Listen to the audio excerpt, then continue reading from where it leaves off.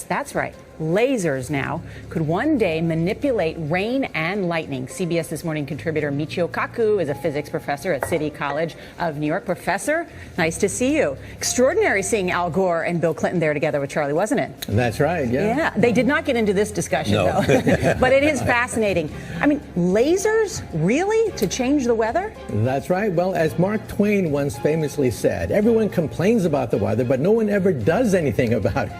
Well, instead of doing a rain dance, we physicists are firing trillion-watt lasers into the sky to actually precipitate rain clouds and actually bring down lightning bolts. This is potentially a game changer. But this is experimental. It's experimental. However, in the laboratory so far it works.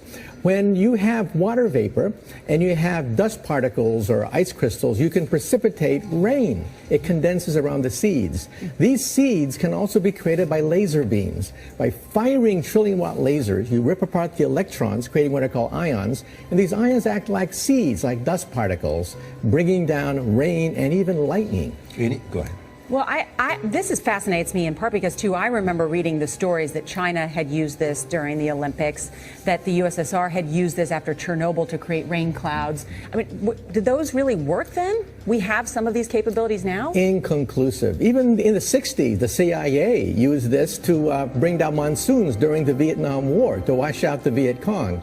Governments have been playing with this thing. Alleged to. Alleged to, right. Yeah. Now, we realize that for decades now, these governments have been alleged to have experimented with weather control, but nothing conclusive. This time we're bringing in the laws of physics rather than simply waving our hands and uttering mumbo-jumbo. We're actually using trillion-watt lasers now. And in the laboratory, sure enough, they precipitate rain out of water vapor. Sure enough, you can actually bring down electricity down the beam. So what does it mean for drought areas that need to have rain for crops? And if they don't have them, there's the consequences of famine.